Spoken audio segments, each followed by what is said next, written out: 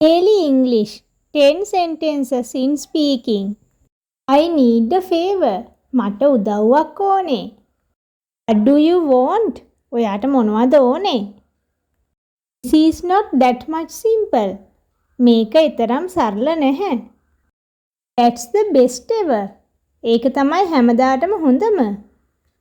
Keep working on it. ඒක දිගටම කරන්න. Good for you. හොඳයිනේ. It's very kind of you. ඔයා හරි කරුණාවන්තයි.